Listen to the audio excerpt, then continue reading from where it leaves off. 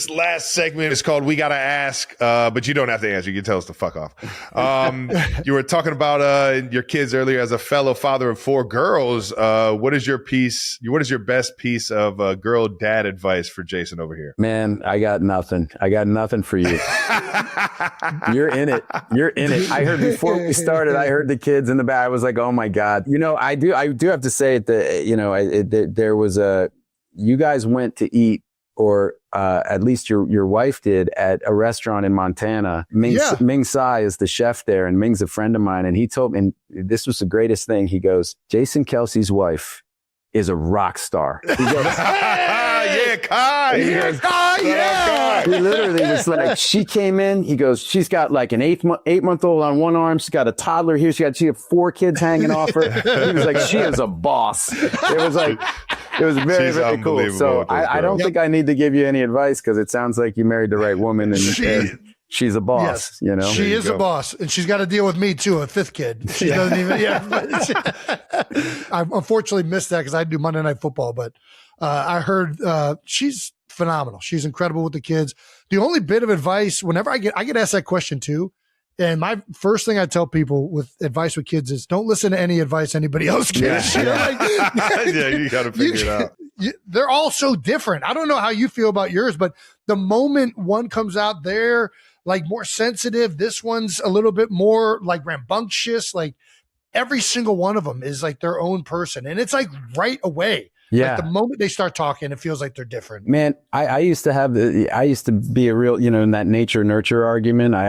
But I'm now on this, like, nature, like that's a thing, you know, like your kids show up, like that spirit, that soul is there, and it's going to do what it's going to do. And the nurture part is very important. You're going to be a part of helping with that. But they really are who they are, like right away. That's like been a profound. And as they grow older, you still see in their infant face, you still see them as their, it's the only thing I'd say. An old friend of mine said when my 19-year-old was probably 18 months, said, don't blink. Don't blink. And that shit is real. My daughter broke her collarbone, and this morning she was getting ready for school. She's 17, and she asked me to brush her hair. And so I brushed her hair, and it was like I hadn't brushed her hair, I don't know, 8-9 years, you know what I mean? But you're at that stage now where it's like, you get them ready. It's like you're brushing, they're lined up, and you got to get them, right? And it's the great, and I don't remember the last time I don't remember when I brushed her hair for the last time. It just kind of happened. Man. And then life kind of kept going, and the changes are so incremental that like you don't realize until I ran the hairbrush through her hair, and it's the same, like all of it. It's, you know what I mean? Yeah. And it buckled me, man. It's like, so don't blink. That's awesome. Okay. I like that. I like that a lot. All right. You mentioned just a second ago about how, you know, an athlete learns more and they actually know more. They wish they knew more when they were younger. As an actor, writer, producer, is there something you know now that you really wish you knew when you were younger? Oh my God. Yeah. I mean, it's the same thing. It's too long. For me, I would love to go back and remake all the movies again. You know what I mean? But like, I remember, you know, working with Steven Spielberg early on in my career and going like, I don't know enough about filmmaking to be next to this man right now. Like, I have so many questions, and I don't know what the right questions are yet. And so I remember just following him around, and I remember everything that guy ever said to me, because I was trying to bank it, because I knew it was going to come in handy. And then, as you know, in the intervening 30 years or whatever, I things that he said have come back as I've kind of learned them and go, oh man, that's what he was talking about. You know, so those kind of things, I really got lucky in that I got to work with some amazing people, and I'd love to be able to go back through that process and work with, even if I could just work with the people that I've already worked with again.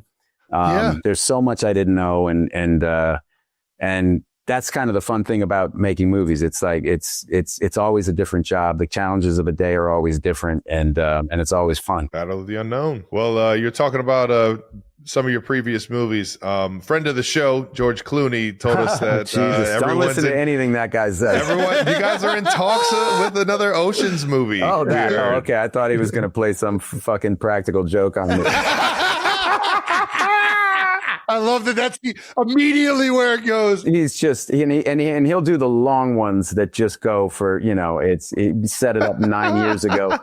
Well, they're talking about it. I don't know. We'll see. These things, they're always talking about it. It's a weird business. You never know how things will coalesce. And, I'd love that group of guys. And obviously we're down a few now.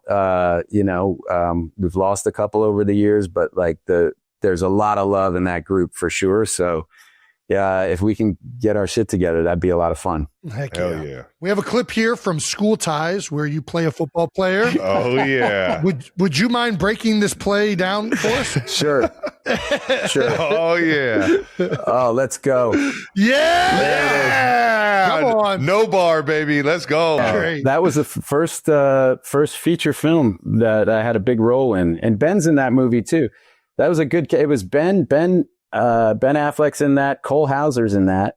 Oh wow. Brendan, Chris O'Donnell's in there. There's a hell of a group of guys, but we were all 20 years old. That's crazy.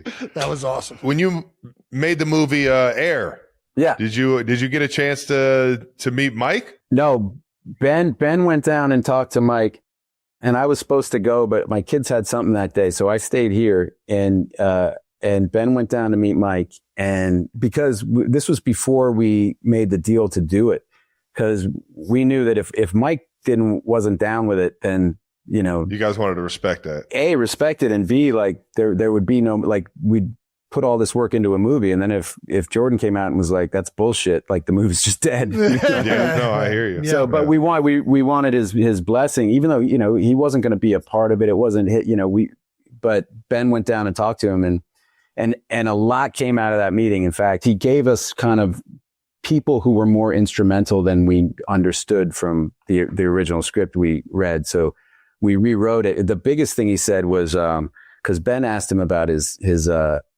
parents, and he was like, what role did your dad play? What do you need? And Mike said, he was like, my dad was a great guy. And he goes, my mom runs shit. Really? Yeah. And Ben was like, really? And he was like, yeah, my mom runs shit. And Ben was like, oh, that's should how I it was talk portrayed to for sure. He was like, you want to try to call my mother? He was like, no, Yeah. And Ben was like, okay, well, who should play your mother? And before he got mother out, Mike was like, Viola Davis.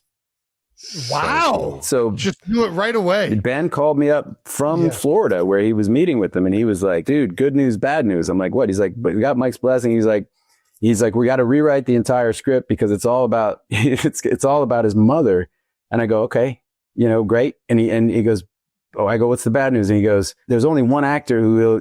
I was like, who? And he's like, Viola Davis. And I'm like, all right, you want me to call? We got to call American Treasure Viola Davis. Yeah, right, yeah. And be like, listen, we can't make this movie unless you make it with us.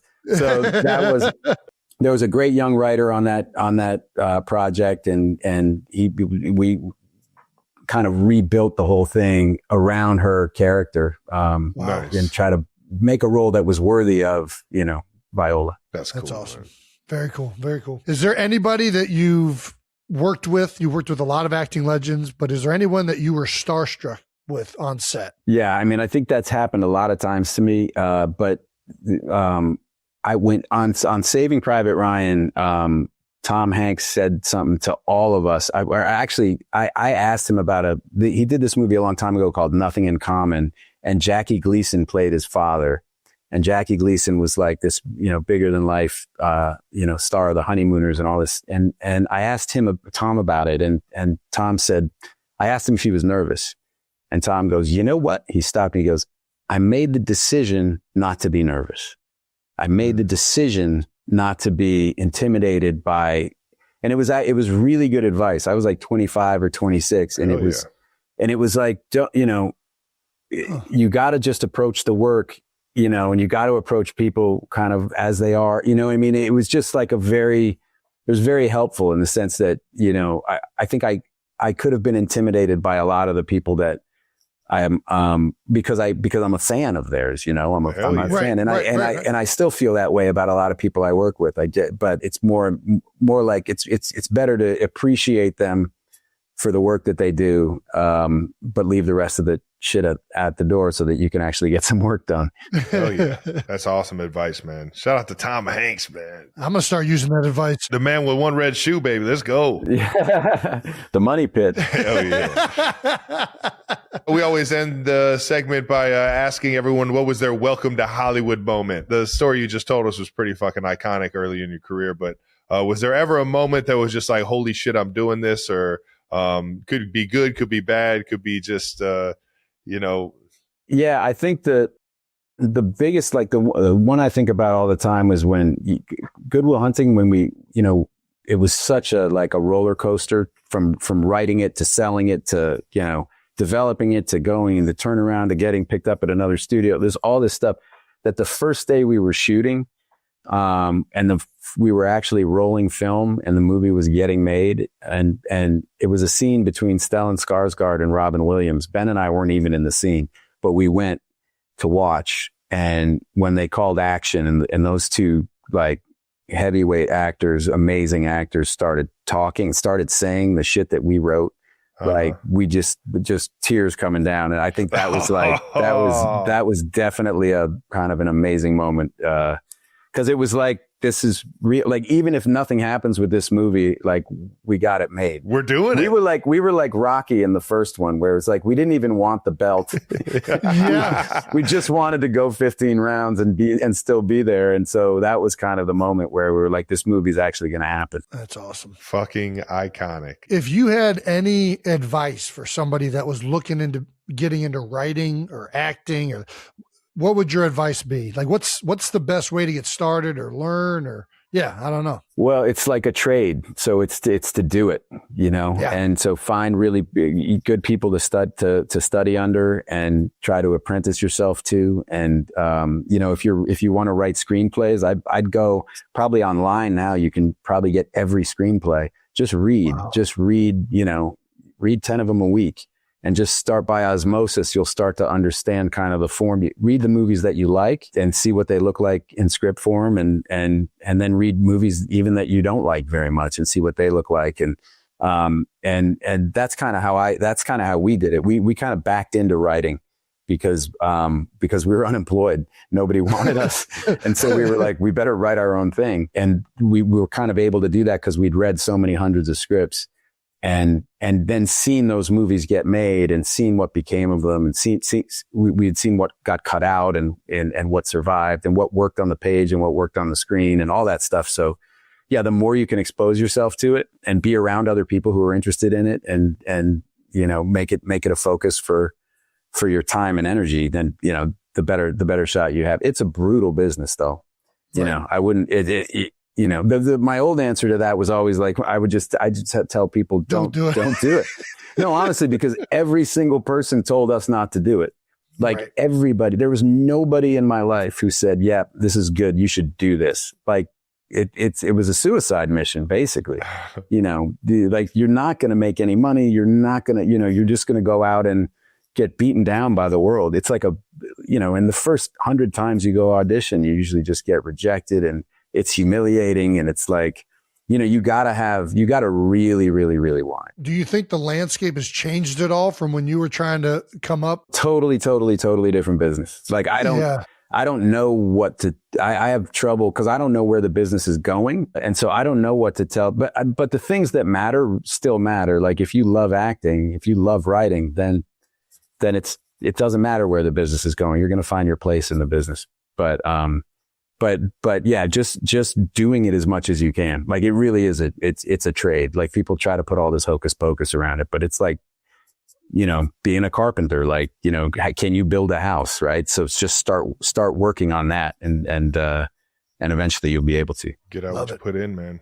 Yeah, absolutely. Brother, thank you for the wisdom. Yeah. Thank you for the stories. There we go. Appreciate the time, man. Thank you guys, man. And thank you for the rip, man. On Netflix, January 16th. Everybody go check it out. Matt Damon, ladies and gentlemen. I really appreciate it. You guys are awesome. Brother. Bro, thank you for coming on, brother. Thank you for having me, man. This is awesome. I really do watch you guys a lot. Like for a dude who's supposed to have a job. We appreciate it, man. Sorry for taking up your real space. Yeah. But I was holding it in the entire Matt Damon interview. Not gonna lie. You're respectable, man. Yeah, talking to a fucking. You should have tried it. You should have saw if he was broke. Do I smell something through my?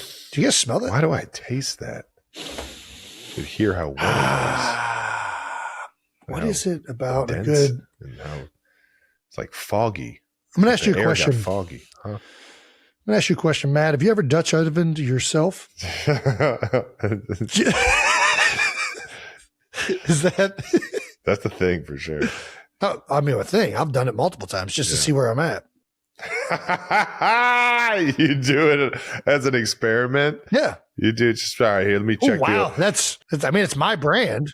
Let me check the old exit. See how we're doing here. I got no problem with my brand. Wow, that is pungent. So, does it mean anything if it's like different? I feel like I can tell if my protein intake based on how my farts smell. Ooh, does it get more sour the more protein? It gets more like dense.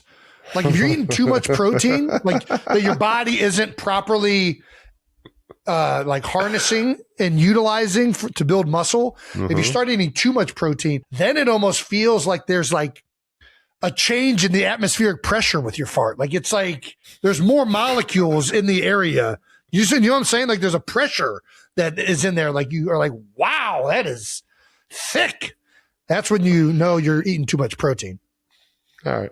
So I can sometimes gauge it if I'm trying to see like, oh, did I eat the right amount of protein? Then you fart and then you're like, oh yeah, I'm definitely eating way too much protein. That thing's like that's basically water. That's steam. I got steam coming out my ass right now. Yeah. Travis Kelce and Taylor Swift find themselves at the center of wedding rumors. But instead of a seamless buildup leading to their big day, a chapter from Travis's history is suddenly back in the spotlight, creating tension and unease.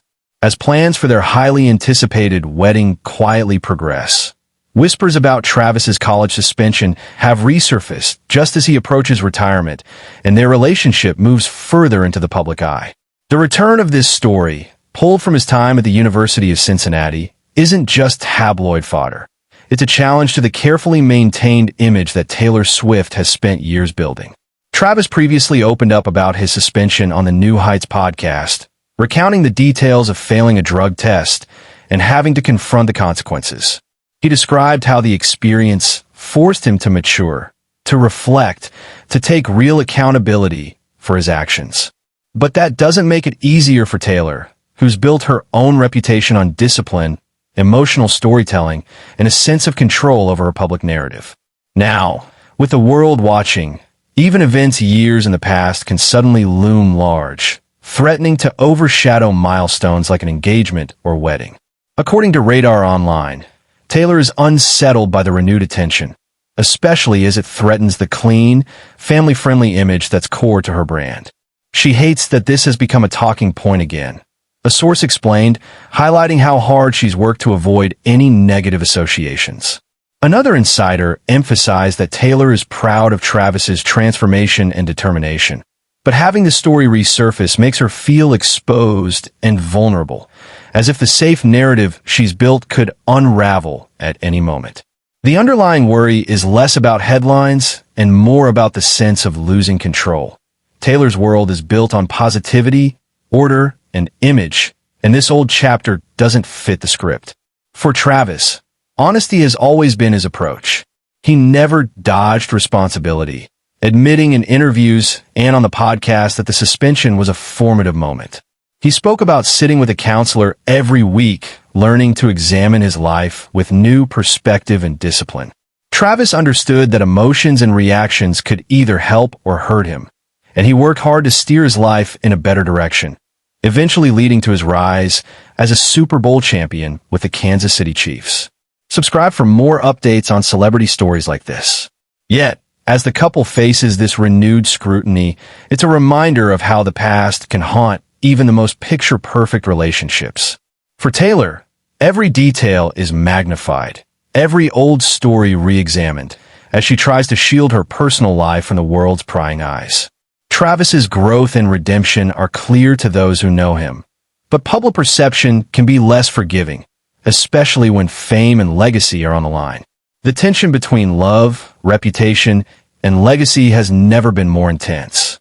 As wedding speculation continues, the couple must navigate not only the logistics of a major event, but also the emotional and reputational stakes. Every move is analyzed, every word scrutinized, and even stories once laid to rest can upend months of planning. Travis's journey from troubled college athlete to NFL superstar is a testament to change, but it's also a reminder that fame offers little space for past mistakes to stay buried. For Taylor, the challenge is to manage both her own anxieties and the expectations of a global audience. The world is watching, waiting for every detail, every reaction, every next step.